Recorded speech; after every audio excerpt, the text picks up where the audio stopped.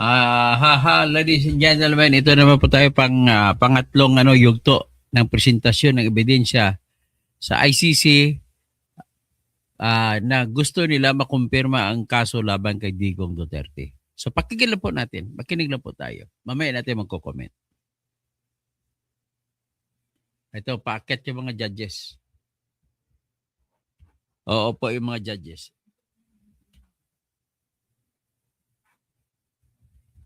Ayan sila.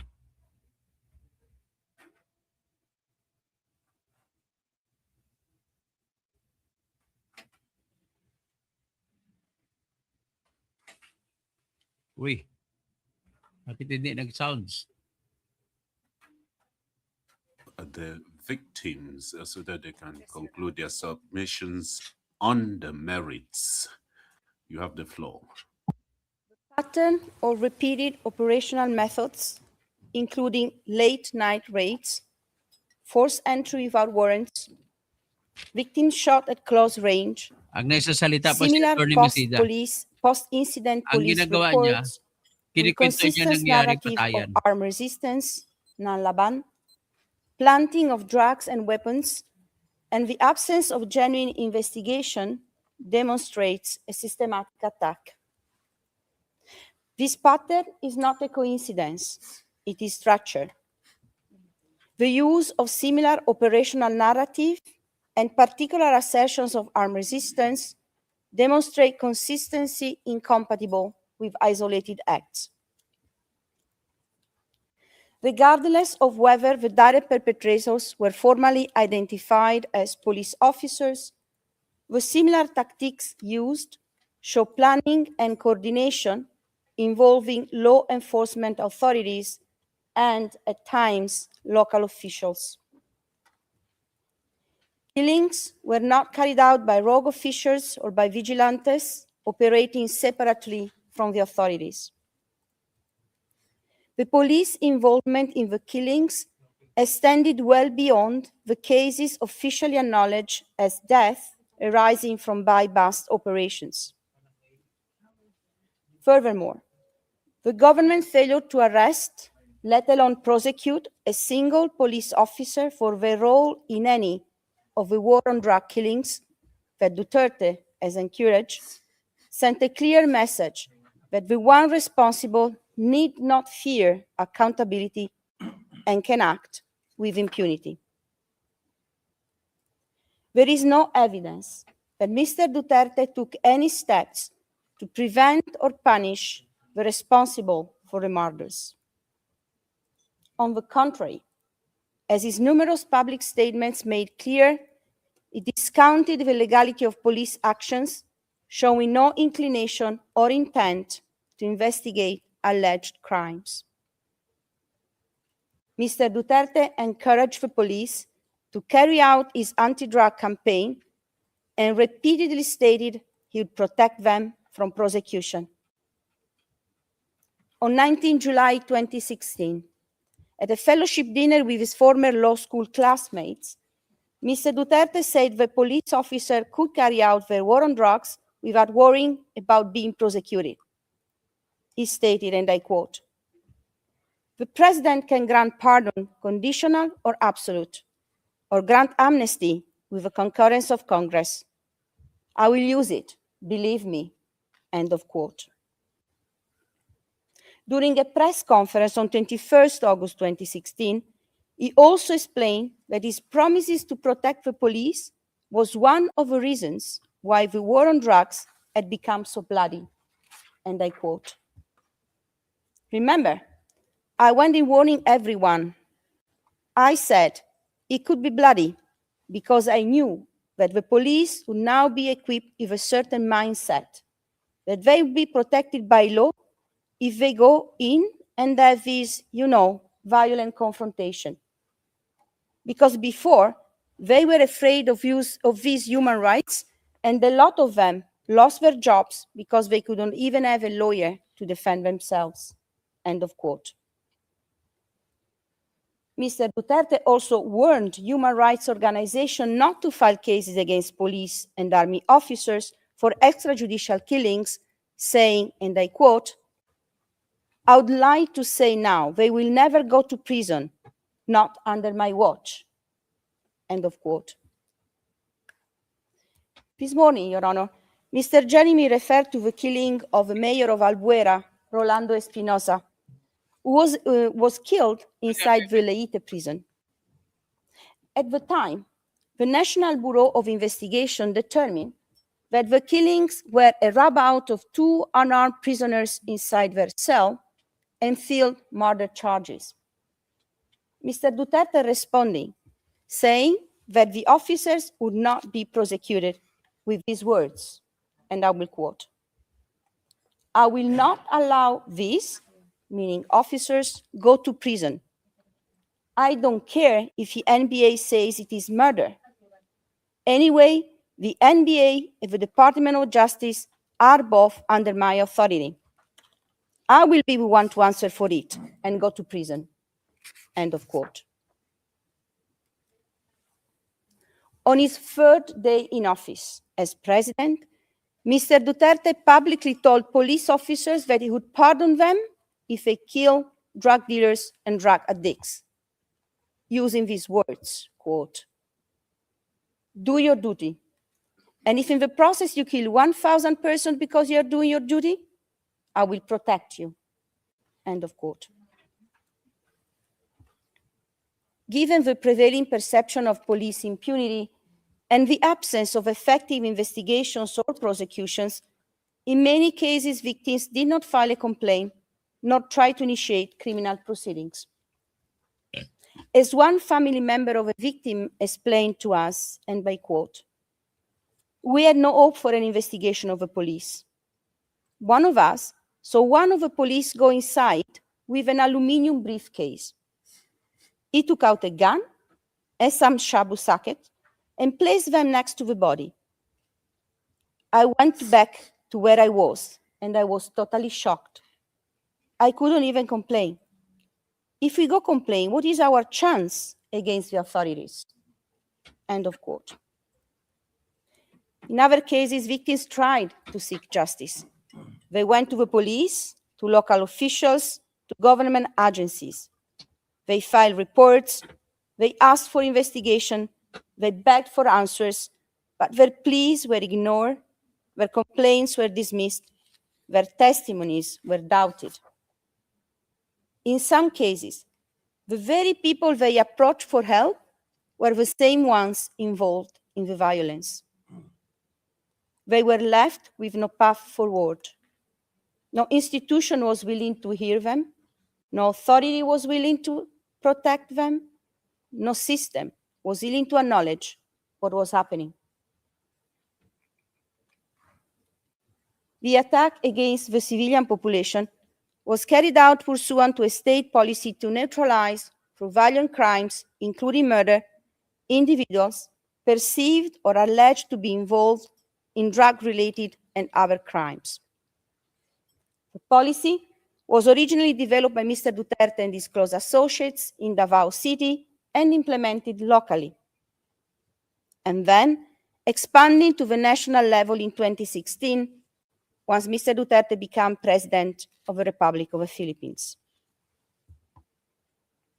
Victims support the primary prosecution pleading and submit that the evidence shows the existence of such a policy as reflected in the repeated patterns of conduct, the mobilization of state resources, Mr. Duterte's public endorsement, and institutional tolerance.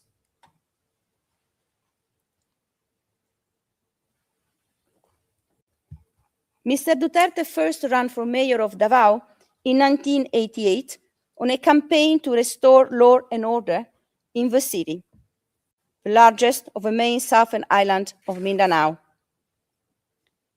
At that time, Davao was known as the murder capital of the Philippines. Communist insurgents and government security forces gunned each other down and many civilians day and night on Davao streets and barrios. Mr. Duterte was Davao mayor for most of the years between 1988 and 2016. Local NGOs indicate that squad killings of alleged drug dealers, petty criminals, and street children in Davao City started sometimes in the mid-90s, during Mr. Duterte's second term. The group that claimed to be responsible for the killings was called Suruguan Sakatuan, or Servants of the People, amongst other names. But soon the media, as you have also heard in these days, the media began referring to it as the Davao Death Squad. The Davao Death Squad killed hundreds. Mr. Duterte endorsed the killings as an effective way to combat crime, relishing his Duterte nickname and reputation. His active promotion of the killing of suspected drug offenders led to a sharp increase in such killings during his time as mayor. According to one estimate, amongst the other that you have been shown yesterday and today, at least 1,424 such killings took place in Davao between 1988 and 2015. As you heard yesterday during the presentation of Mr. Nichols, and today during the presentation of Ms. Croft, when confronted with a death toll during his presidential election campaign, Mr. Duterte responded, "They say they killed 700? They undercounted. It was 1,700. As you also heard, Your Honors, on numerous occasions as mayor, Mr. Duterte claimed personal responsibility for the policy of killing drug suspects. Even prior to announcing his candidacy for the May 2016 presidential election, Mr. Duterte was already very clear about his intention to eliminate crime by eliminating criminals, applying nationwide the abusive crime control tactics.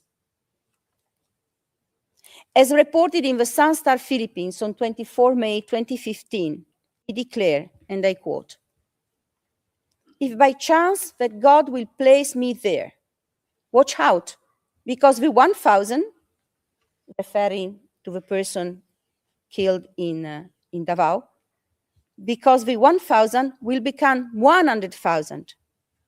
You will see the fish in Manila Bay getting fat. That is where I will dump you." End of quote. 3 months after that speech, he renewed his pledge, and I quote, "If I become president, you better hide. That 1,000 will reach 50,000. I would kill all of you who make the lives of Filipinos miserable." End of quote. Mr. Duterte's outspoken vote to embark on a nationwide killing campaign against drug dealers and drug users was the foundation of his presidential electoral platform. During a campaign rally on 15 March 2016, he stated, quote, "When I become president, I will order the police to find those people dealing or using drugs and kill them. The funeral parlors will be packed."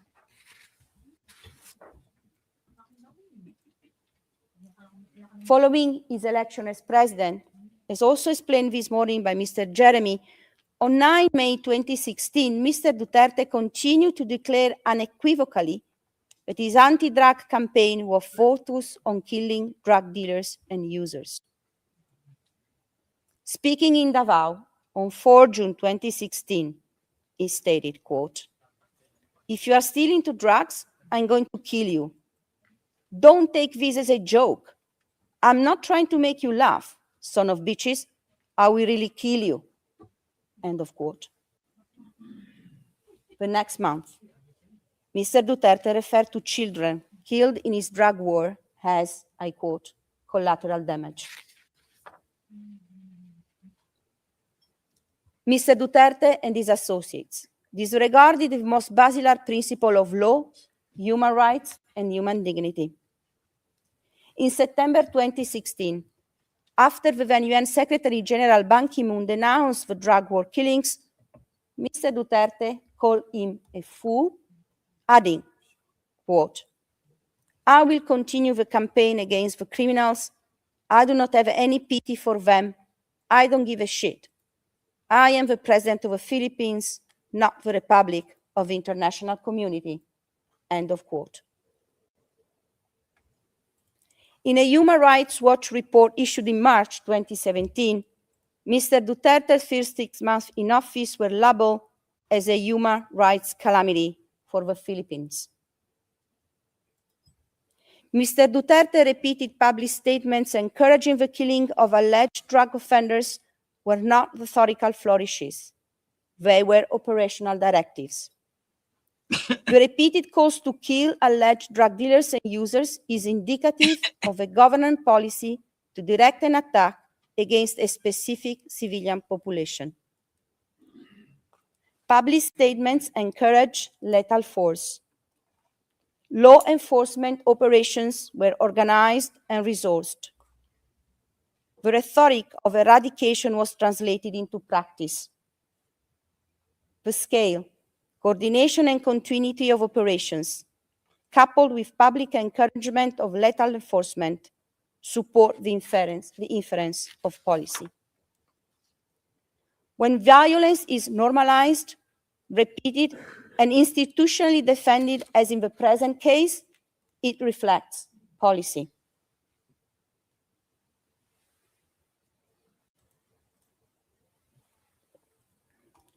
Turning to the alleged liability of Mr. Duterte. The suspect is charged as indirect co-perpetrator under Article 25(3)(a) for committing the crimes jointly with others in furtherance of a common plan or agreement to neutralize through violent crimes including murder, individual perceived or alleged to be involved in drug-related and other crimes. In the alternative, he is also charged under Article 25(3)(b) for ordering or inducing the Davao Death Squad and later the national network to commit the crimes, and under Article 25(3)(c) for aiding, abetting, or otherwise assisting members of the Davao Death Squad and later the national network to commit the crimes. Victims submit that the evidence presented by the prosecution allows to conclude that there are substantial grounds to believe that Mr. Duterte is criminally responsible for the crimes charged. In particular, the evidence shows the existence of a common plan to kill individuals perceived by the authorities as implicated in drug-related crimes. The common plan originated in Davao in the late 80s when the suspect instructed members of the death squad, police officers, and non-police hitmen to conduct operations against the targeted individuals, provided funds and other resources to achieve the aim of the agreement. As already recalled, Mr. Duterte made unequivocal public statements encouraging police and civilians to kill alleged drug offenders. Such statements indicate an intent to use the country's law enforcement agencies to engage in murders. Mr. Duterte was proud of his achievements at the point that he put his method at the center of his presidential campaign. When elected president, he adopted the same method as in Davao nationwide and continued to state publicly and unequivocally that his anti-drug campaign would focus on killing drug dealers and users. Mr. Duterte relied on the support of the police, which he exercised effective control over, to execute the common plan. Their loyalty was reinforced through financial incentives, promotions, and the maintenance of a system of impunity. Mr. Duterte had full knowledge of the crimes. As the Chamber has already heard, on 15 March 2016 in Lingayen, he announced that if elected, he would order police to locate and kill individuals involved in drugs, warning that funeral parlors would be crowded. On 7 May 2016, the final day of the campaigning for the presidential elections, Mr. Duterte made it clear that his threats were to be taken literally, and I quote, "All of you who are into drugs, You sons of bitches, I will really kill you. I have no patience. I have no middle ground. End of quote.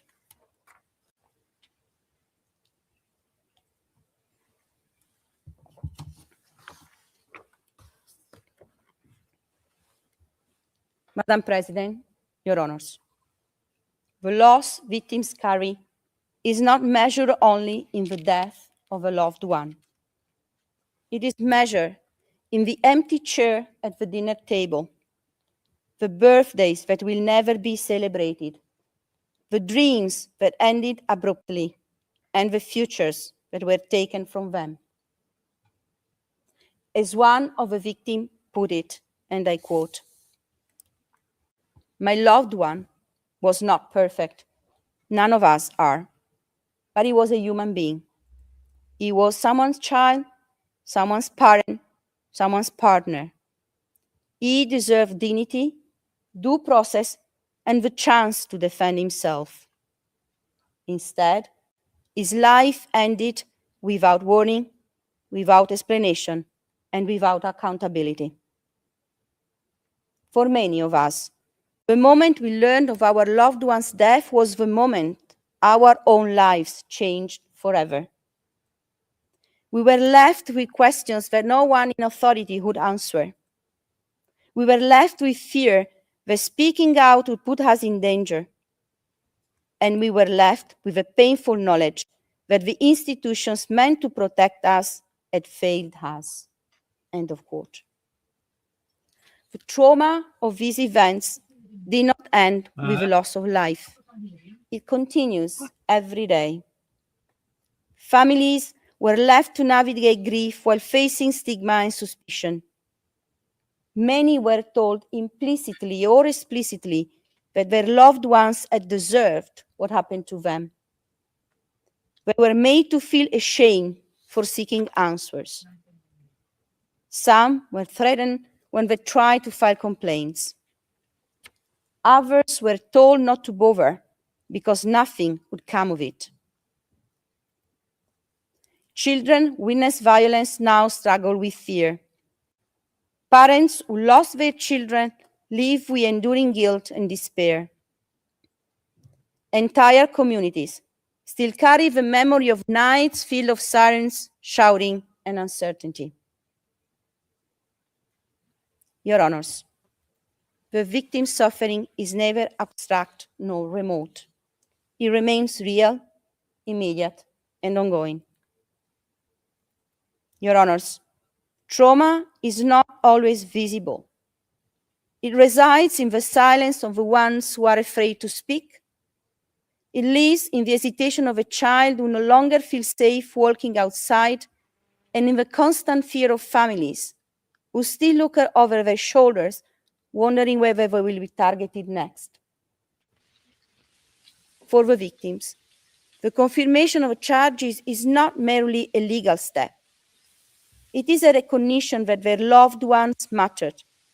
It is an acknowledgement that what happened to them was wrong. It is a message that they have not been forgotten. These proceedings offer something they had been denied in years: hope. Hope that the truth will be established, that the one responsible will be held to account, that future generations will not endure the same suffering. Justice cannot restore their loved ones, but it can restore dignity. Justice can affirm humanity. Justice can help them begin to heal.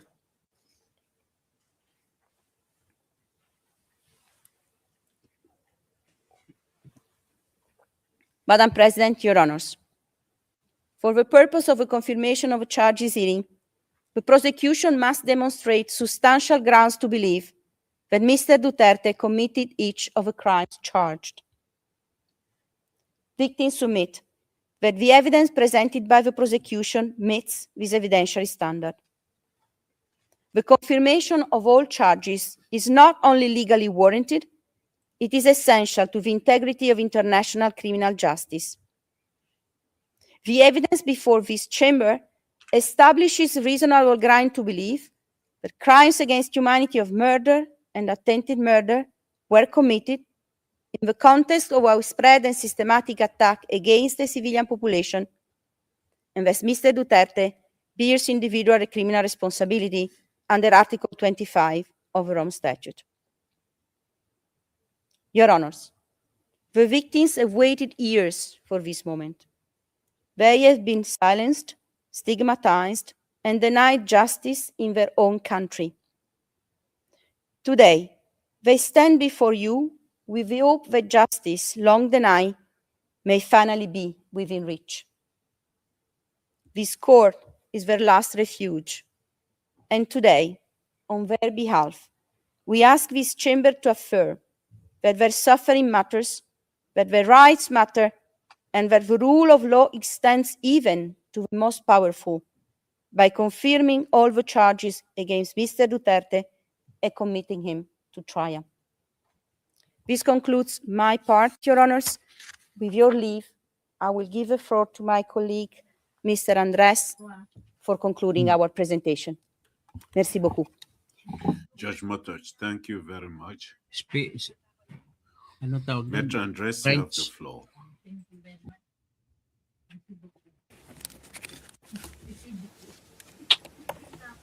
Madam President, Your Honors, I am Gilbert Andres. My colleague, Ms. Masida, earlier submitted that Mr. Duterte's anti-drug campaign disproportionately affected the poor and marginalized. What were the conditions of the victims targeted by Mr. Duterte's anti-drug campaign? How poor and marginalized were his victims?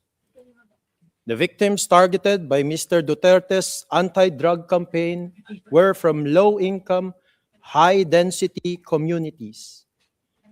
In an urban setting, this meant that some victims live in an area of about 69,000 persons per square kilometer during the relevant period. A typical floor area of the house of a victim in these high-density communities was about 6 square meters. For some victims, their house was as small as the area of 2 tables in this courtroom. The victims' houses were typically made up of wood, used tarpaulin, plastic, light materials, and some broken hollow blocks. Any material that they could scavenge and utilize. As the victims lived in high-density communities, their neighbors knew them very well. The victims lived in close-knit communities. The victims' close-knit communities meant that they immediately knew if a person was an outsider to their community. And any traumatic event that happened to these victims in their close-knit communities was known and whispered throughout their community. As the victims were from low-income communities, to survive poverty, their houses were homes to multiple generations of their families to conserve their meager resources. For Filipinos, especially from low-income communities, their family is not just the nuclear family. It is not just the husband, the wife, the children.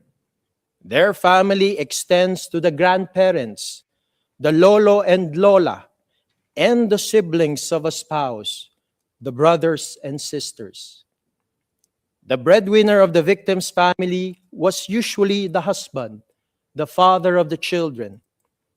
The victims either worked as daily minimum wage earners or as wage earners below the prescribed daily minimum wage, or as part of the informal economy, such as a vendor. The victims worked if there was work available to earn for their family's survival. But most of the victims would not have completed their education, nor have the proper training to secure stable jobs as part of the formal economy. if they were fortunate to be employed as minimum daily wage earners. In the urban setting, this amounted to about 500 Philippine pesos per day, or approximately about 8 euros per day during the relevant period. But for most victims, the minimum wage was really the maximum that they can hope for. The victims only hope to earn at most about 8 euros per day. And for a family composed of the husband, the wife, and about 2 until 4 children, 8 euros per day is meager.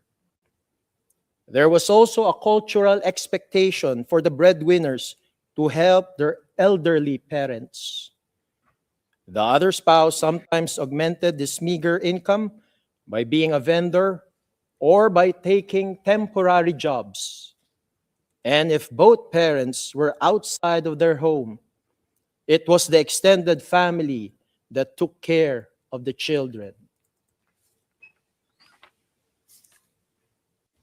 Your Honors, the specific data may vary from victim to victim, but the victims hope that this data give the chamber a picture of their conditions under Mr. Duterte's anti-drug campaign. The already marginalized and vulnerable conditions of the victims exponentially multiplied the harm that they suffered, and they continue to suffer, which leads to our next submission.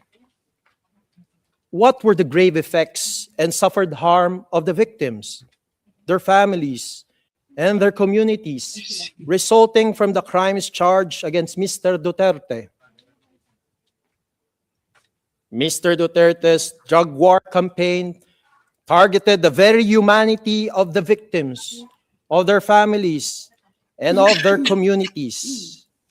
In Filipino, the indirect victims expressed this in one sentence: "Inalisan kami ng dangal. We were stripped of our dignity." Wala ka pang ebidensya eh. How so? Puro opinion. First, Mr. Duterte publicly dehumanized the victims of his anti-drug campaign. This dehumanization of the victims Kanina ka was pag-April, used to Andres. justify Puro opinion. their eventual murders.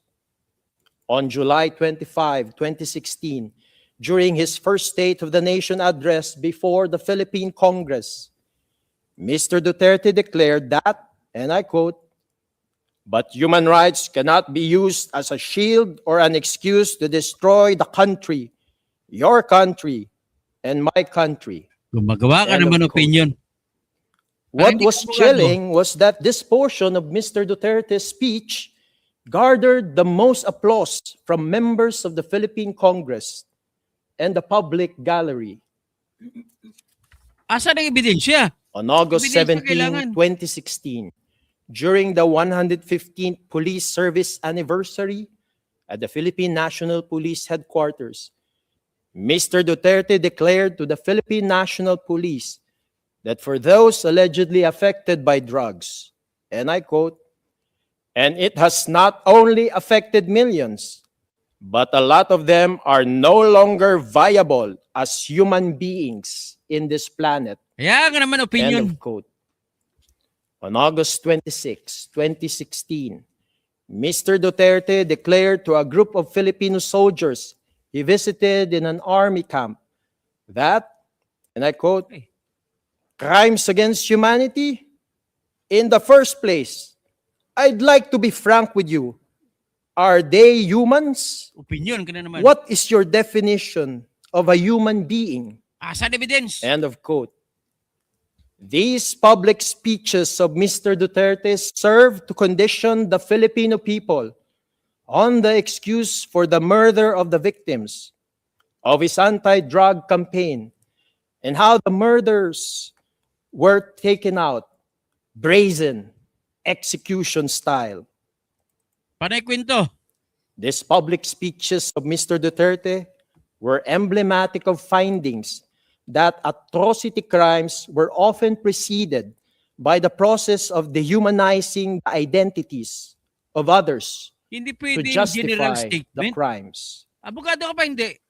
Second, the murdered victims were dehumanized by how they were murdered.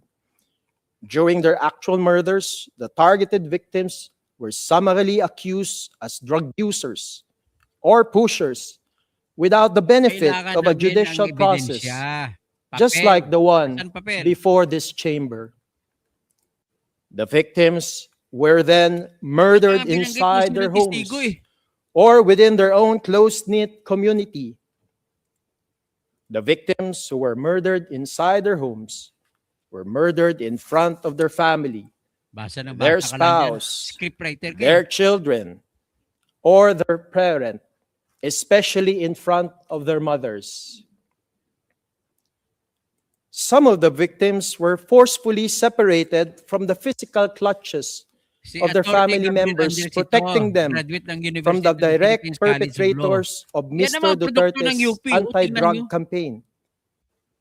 This was what Kapareha na happened sila ni to the Joel son Butuyan. of a victim Kapareha in sila the early Joel hours ni of a Joseph Frances. Thursday. Ni At Dino that de Leon. time, this victim, her son, Puro opinion. and her son's wife, who was pregnant and nearing delivery, were preparing to go to the hospital when 6 or 7 people dressed in black and who had guns suddenly entered their house, as recounted by this victim. And I quote, "My son Sayang ang kept oras, tumigil ka repeating, na. 'Mama, May don't ebidensya." leave me.' So I blocked the way. He pleaded again, saying, 'I will come with you, just don't kill me. O asan yung Mama, ebidensya don't niyan? leave me.' Kwento ko lang ng kwento. 4 Asan ang ebidensya niyan? officers were inside.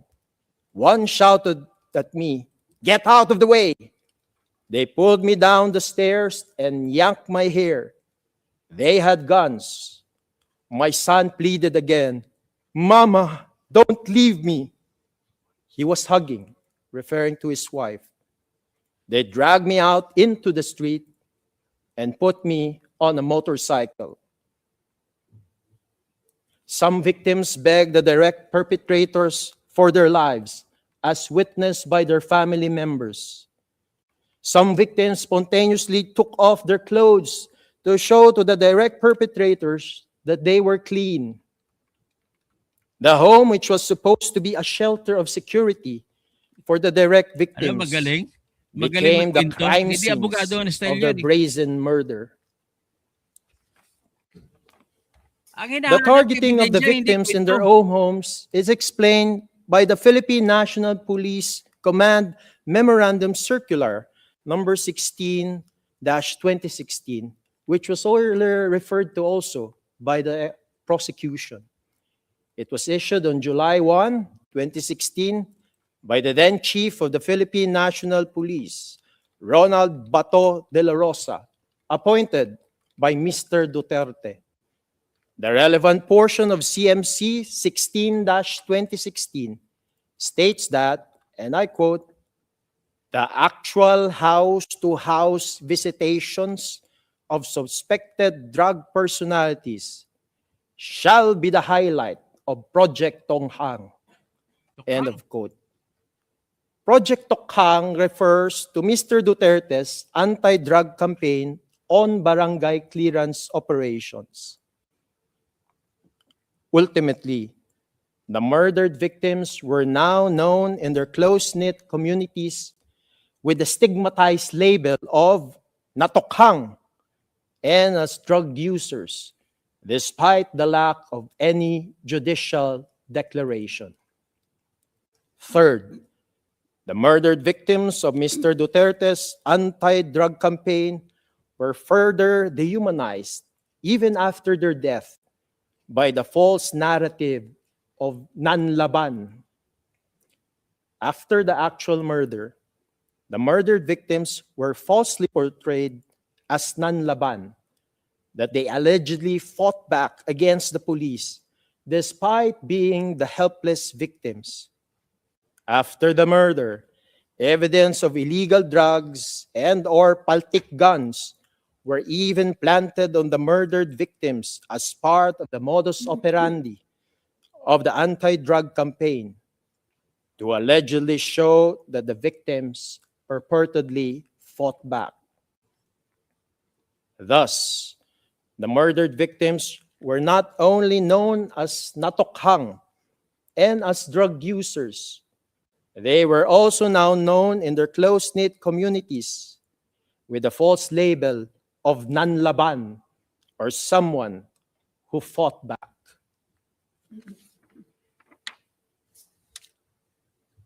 But for the surviving family members of the murdered victims, the suffered harms do not end there.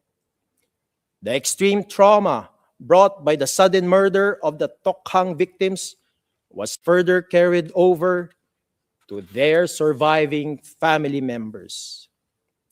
Some of the surviving family members were even imprisoned and charged with fabricated criminal complaints while they were still grappling with the trauma of the sudden attack and the murder of their loved ones. For the victim I earlier referred to, after her son was forcefully separated from them, she and her son's pregnant wife were both arrested and detained in a police precinct. While under detention, she was told to get her son from the morgue. But they were not actually released from detention. They were actually photographed with the foils and rocks handed to them, and afterwards they were charged with fabricated complaints relating to illegal drugs, as that victim narrates. And I quote, "While in detention, I learned that the same thing had happened to all the other detainees. Their stories were the same. It took more than a year before this victim was released from imprisonment. Inuubos mong yung The illegal imprisonment of surviving family members Walang was kwenta. part of the modus operandi to prevent the indirect victims from filing criminal Ano to? complaints UP Calisubro. against the direct Ano ba perpetrators ito mga of Mr. graduate nyo? Duterte's anti-drug campaign. Thus, the document containing the charges in paragraph 19 refers to, and I quote, other violent crimes under Article 7.1. End of quote. Further, as the homes of the murdered Tokhang victims were the homes of multiple generations, how the murdered victims were brutally shot at have been traumatically witnessed by their family members, by their spouse, their children, or by their parents. This extreme trauma is a daily struggle for the surviving family members as they still live every day in the scene of the crime, their homes. This extreme trauma of the surviving family members also occurs when they see or about to encounter a police officer, or worse, the direct Ay, perpetrator kabubuhan talaga. in their community. But the extreme trauma of the surviving victims does not end there. The surviving victims were socially stigmatized in their close-knit communities with the label, "Natokhang sila," or "May natokhang sa kanila," which loosely translated means they have a family member killed in a Ewan ko ba, bakit meron Tokhang mga Filipino operation. lawyers karamihan? Hindi na The babangkit ang surviving evidence. family members of the murdered victims were avoided and shunned in their close-knit community. The neighbors avoid the surviving family members, fearing for their own lives by reason of association with the murdered Tokhang victim. And the surviving family members usually mourn alone during the wake of their murdered loved ones. For some surviving family members who cannot endure this social isolation and continuing stigma, they eventually leave their close-knit community. The trauma and stigma are especially worse for the children of the murdered Tokhang victims.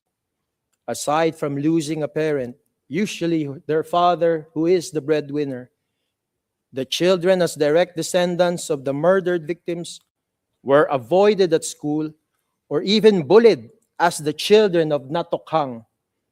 The children of the Yeah, murdered panay kwento, walang Tokhang ebidensya. victims have to endure bullying, stigma, trauma, depression, and some even develop symptoms such as epilepsy. And because the murdered Tokhang victims were usually the breadwinners of their families, their death meant that their surviving family members were pushed toward further poverty. The surviving family members experienced extreme socio-economic dislocation with the murder of their breadwinner. Thus, Mr. Duterte's anti-drug campaign, aside from murdering victims from low-income communities, also brought about the breakdown of the families of the murdered victims. Mr. Duterte's anti-drug campaign destroyed the trust in the close-knit communities of the murdered Tokhang victims and ultimately destroyed the social fabric of these communities. Ultimately, Mr. Duterte's anti-drug campaign not only murdered people, but perpetrated state terror against low-income, marginalized communities across the Philippines. As a result, Mr. Duterte's anti-drug campaign shattered and terrorized these close-knit communities as a Ay! means of control. Ebidensya, ebidensya, ebidensya, ebidensya. And ultimately, as the targeted victims of Mr. Duterte's drug war campaign were from marginalized, vulnerable communities, his drug war campaign was not really a war on drugs. It was a war against the poor. And the continued stigmatization of the indirect victims, the surviving family members, still persists until now. The children of the murdered victims are still suffering psychologically, mentally, and socio-economically. Their widowed mothers and their extended families, the grandparents, usually the grandmother, or aunts or uncles, also bear the burden of providing for the children of the murdered victims. And some surviving family members are still being visited or watched by the direct perpetrators to check on them. Last, what do these proceedings mean to the victims? The proceedings before this chamber are being watched intently by the victims because they see it as their first step towards the truth and towards justice.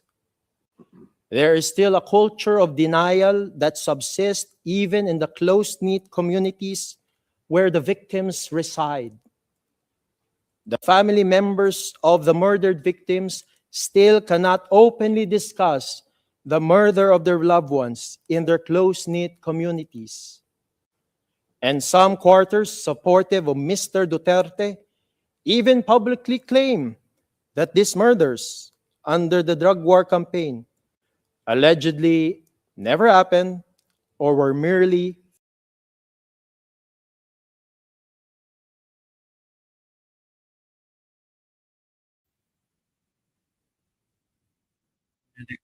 Asar ako. Ay, daog si Duterte, walang ebidensya. to the truth and to justice Walang ebidensya. under international law. Panay kwento lang. Madam President, Your Honors, the victims know that their murdered loved ones suffered under the charge of crimes against humanity for murder being charged against Mr. Duterte.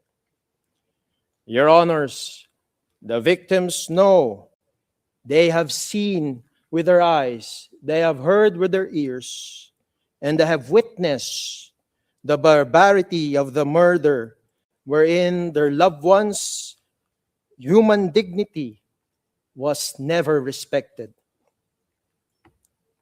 Thus, the victims pray that this chamber confirm Anong klase the itong charges for crimes against humanity for murder anong klase against itong Mr. abogado? Duterte for the sake of the truth, Yan for yan. the sake of Hearing yan. justice for the victims. Ay, And so that the murderous legacy of Mr. Duterte's anti-drug campaign will not find new victims in the future. ay, Madam President, Your Honors, graduate sa UP. thank you for your time Ang and ina mo, kind locus attention. course ng mga nanonood. This ends the submission of the common legal representative for victims. Ay, May it please the chamber. kabubuhan. The chamber is not pleased. Judge Motok. Merci beaucoup. Thank you very much, Mr. Andres. I gather that you have finished. So the second day of our hearings has come to an end. In accordance with our schedule, the hearing is suspended until Thursday, Okay, 26th. wala na. Salamat naman. Salamat sa Diyos at natapos ng kaburing-buring na storytelling ala yung ginagawa. Ano ang problema? Ano ang pinapahiya niyo ang University of the Philippines College of Law eh. You do not talk about evidence. You are talking about what you feel, what you think, and you do not even provide references as to where can we find the evidence to support your claims. What kind of lawyers are you? Hindi lang po ang naistorbo dyan mga tao na umaasa ng katarungan. Siyempre mga biktima dyan, pinirepresent nyo tapos kinikwento mo, hindi mo sila mga ano ng kwento mo. Dapat nagbigay ka ng ebidensya para mabigyan mo ng katarungan ng mga biktima. What kind of lawyer are you? Attorney Andres Gabriel? Ay. Mabay siguro dapat tanggalan ka ng tawag na kurso ng University of the Philippines. Ay nako. Mas maganda pa yung graduate ng pinaka low school, LOW school. Ay, maraming salamat po. Yet overall, lahat po sila wala silang binigay na ebidensya. Yung si Attorney Masida na taga France na abogado ng mga biktima, nagkwento rin, pero mas sensible ang kwento niya. She cited mga incidents ang sinasite niya. Hindi kagaya itong opinionated itong si Gabriel Andres, lahat opinion. Ito si Attorney Masida na lawyer galing sa France ay maganda pagka-present niya, kaya lang wala din siyang ebidensya para maikabit kay Duterte. Kundi binanggit niya ng mga patayan, but how the best evidence is evidence itself. Kahit anong galing mong abogado, nobody can defeat evidence. Ang problema, evidence hindi nila binigay. Oh. Andres Disaya, si Gabriel. Sige, hanggang dyan na lang muna. Mag-vlog ako mamaya. May tatapusin na ako. At please like para may pinakasustansya ang follow-up doon sa istorya na kung saan may 18 Marine soldiers ang lumabas at tinistiguhan nila na nakita nila lahat ng mga maleta na dinala sa bahay ni Saldico. At ito'y binilang muna, sabi na binilang muna yung mga lahat ng pera na papaloob sa bawat maleta. At habang binibilang, binibidyo nila. So, in other words, walang nakalampas na kahit isang maleta bago nila dinideliver ay binubuksan, binibilang ang pera. Malay mo, baka yariin, baka laman doon ay papel lang. So, sigurado maraming ebidensya si Saldico. So, ngayon, ang mga litrato kanina pinresenta ng mga 18 Marine officers, Marine soldiers, ay yan po is sarili nilang kuhang litrato. At nakikita ninyo doon yung mga litrato ng tao na nagbibilang. At nakita ninyo roon ang mga isang litrato doon na pinapakita na si Goteza ay nagdi-deliver. Wala na, patay na, tapos ang pinakamatindi ron ay sila po na mga Marine soldiers ay ginamit ni Trillanes na para asikasuhin ang mga investigador galing International Criminal Court. At si Trillanes din ang gumawa ng paraan na maipapalit sa $2 milyong ang mga pera na nanggaling sa maleta. That is equivalent to 120 million pesos. At ibinigay doon sa ICC investigators. So ganun po, kabastos, ganun. Binili nila ang katarungan para ma-isyuhan ng warrant of arrest si Duterte. Ganun po. Sila, si Trillanes ang namili ng mga kung sino interviewin ng mga ICC. Dapat, kung totoo ang mission ng mga ICC investigators, dapat sila pupunta, walang pili-pili, kahit sinong biktima puntahan nila. Ang problema, si Trillanes ang namimili. So lahat nito na binibitbit nila at binigay sa ICC Prosecutor's Office ay mga pinili ni Trillanes. Ganun pala ganun ka gago, ganun ka demonyo yung Trillanes. So ngayon, ang latest na balita ay nagsampa ng libel case si Trillanes laban kay Attorney Libby Baligod, yung abogado ng 18 Marine soldiers. So yan po. So the pure, the proud, the Marines, saludo ako sa mga Marine mo natin. I salute you. Kayo ang pag-asa ng bayan. Habang mag-celebrate tayo ng pagpatanggal kay Marcos Sr. bukas, sa diwa, isa-sayaw natin sa ating puso, ikakanta natin sa ating puso, lahat-lahat po isigaw sa ating bayan. Mabuhay ang Pilipinas at dapat mamamatay ang lahat ng kurap. Maraming salamat po. Okay. Ay tawagin ko lang sila. Sabi ni Chirling Krongay, desperado po kasi silang lahat para i-prosecute si Tatay Digong. Si Ulok mo, may mga pulis nakaw na mga ninakawan din nila ang malita. Helen Bagyo, good evening po. Si simpleng tao, Andres Disaya Gabriel. Attorney Andres Gabriel Andres or Andres Gabriel? What kind of lawyer are you? You are not one. You must be disbarred for fooling the people. Fooling the Filipino people. Sampahan ka kita ng kaso. 2 kayo ni Atty. Boto yan. So, ulok mo, natapos ang kabubuhan ng UP. Yan mga UP University of the Philippines, I'm calling out on you. Yung Mr. ni Kwan, ano bang pangalan ni Mr. ni Attorney ni Kwan, ni Professor Cielo Magno? Anong bang ginagawa niyo dyan sa UP? Ibig magtuturo kayo ng kabutihan. Ang tinuturo ninyo ay pagnanakaw sa bayan.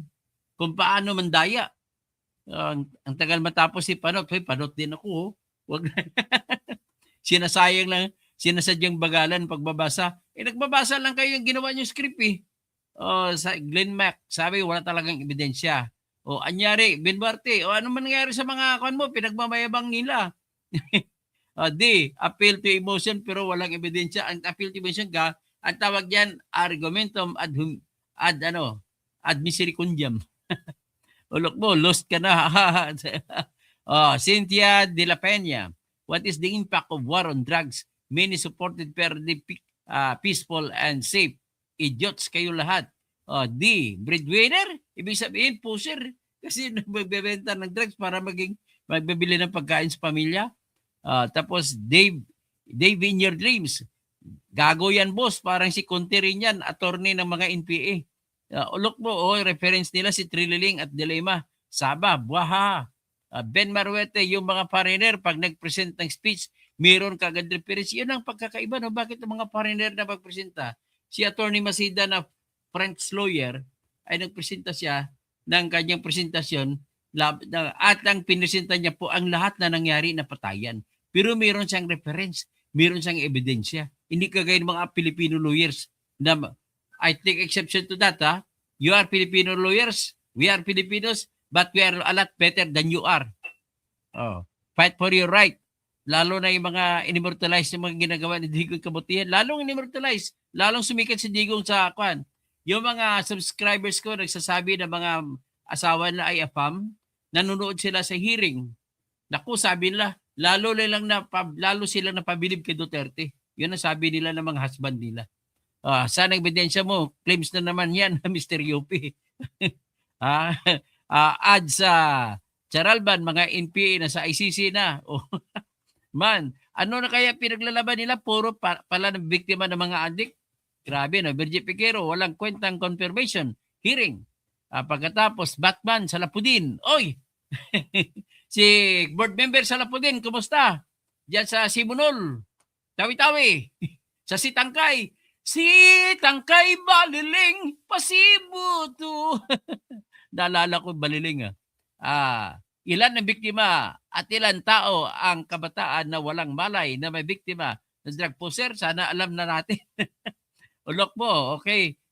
Obit Tilardi, how about the story of the murder and rape made by the drug user? There are many victims of drug addicts. How hope your family to a victim of the drug users? Okay, sino pang iba? Si Virgie Piquero. May speech contest. Nagkamali ata. Declamation contest ata ito eh. ICC paid by Marcos admin breaking news. Text Marines. 18 Marines. Okay, Ben Marwerte, baka hinahanap niyo picture na naman ni Binaril si Iperade. Fight declamation, ganyan ginagawa ko noon. Elementary ako during commencement exercising. Declamatory nga, declamation eh. Papa, Mama, miss you. Virgie Piquero, mga certified NPA at adik kaya galit kay Duterte. Jennifer Libor, magaling sila Andres Buntuyan. Pagbubuntugin ko ulo nila. Si Joel Butuyan, buto yan. Ulok mo, si Untog yung dalawa, buto yan, at Andres. Okay, Anyari TV, sa totoo lang, kala ko talaga pari. Kala na pari. Orlando, appealing to emotion. Virgie Piquero, rich country Islam ICC because they are corrupt court or business corrupt.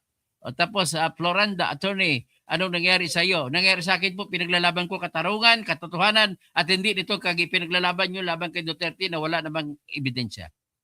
Okay? May namatay, pero hindi si Duterte ang papatay. Panayabang lang yun kay Duterte. Wala hanggang doon, yabang lang yun. Abogado pala yan. Abogado yan. Fight for you right now. Puro speeches ang evidence nila. Virgie Piquero, ICC Bulok. Tapos Ben Marwerte, kahapon na sinasabing evidence, kailangan mo lang i-connect ang mga dots. Wala.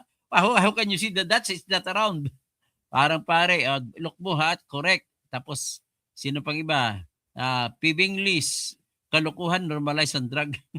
Okay, David Santos, Paldo si attorney. Sino attorney Paldo? Wala akong pera dito. Wala akong tinatanggap Wala akong tinatanggap. Para lang pinaglalaban ko lang kung anong batas natin.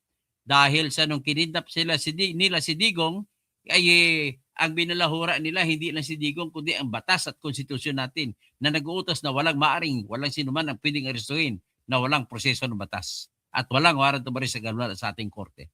So, ban na. ICC paid by Marcos. Ito na, maglalabas ng 18 Marines. The 18 Marines will prove that Trillanes took money and gave it to ICC investigators. Ang mga ICC investigators nagsashopping pa rito, ang escort mga Marines. At saka may binigyan pa ng Trillanes ng mga babae, yung mga investigators. Puta, pati mga babae natin, binibenta mo.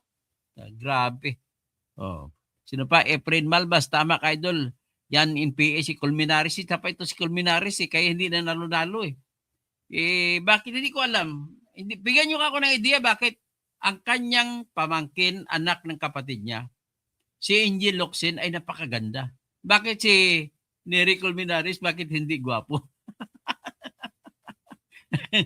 Kung si Miriam pa magsalita, may nanligaw doon sa kanya noon, bata pa siya, ang ganda-ganda ni Miriam noong araw. May nanligaw sa kanya, sabi niya, sagutin mo ako kahit hindi ako gwapo. Lahi namin mga gwapo naman kaya sagutin mo ako. Tinanong siya ni Miriam, bakit sa dugo namin gwapo ako? Bakit sa dugo mo lang hindi lumabas sa mukha mo? Sabi ni Miriam. May mga pulis Dakaw na nakawat. Dami talaga pulis pumatay, sa totoo lang. Tapos, simpleng tao, Primo Junior DA nagsalita ng Navy na iba doon ay hindi member ng Philippine Navy. Ay, kwento na lang yan.